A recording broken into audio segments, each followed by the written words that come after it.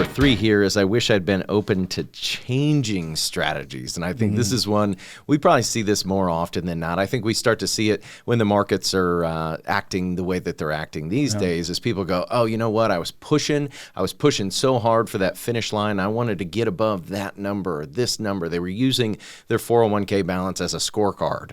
And they look back with regret when the market pulls back 20 or 30% and go, gosh, I wish I would have changed my accumulation at all costs sort of mentality before I got to the finish line. Yeah, and I often see this happen with individuals that have relationships with individuals that they're investing with. They have very strong relationships with individuals that they're investing with, or they have a strong attachment to a particular investment, or it's just complacency, right? Yeah, I knew this wasn't the best thing for me, wasn't doing that well, but Bob's my neighbor. Whatever. Yeah. And I've seen this. I mean, this is one of the questions I always ask in the first time I visit with someone. It's like, hey, if you like me and I like you and you can see how we can add value to your situation, is there any reason that we couldn't do business together? Because I don't want to spin my wheels, do all this work, and then you come back in, I've had this happen, you come back in and say, well, I see how you're going to save me a lot of money, and this is a better place for me to be. I'm getting a lot more planning. Actually, I'm getting planning, which I'm not getting where I'm at today, but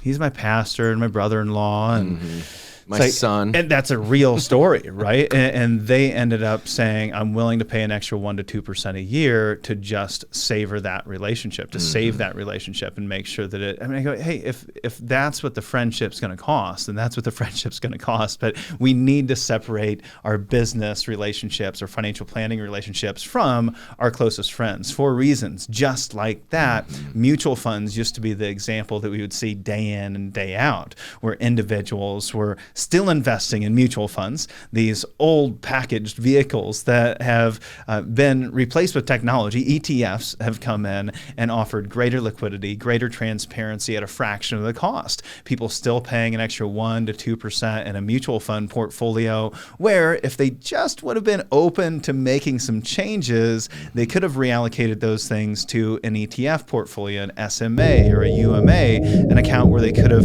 had that transparency and maybe saved a tremendous amount of dollars.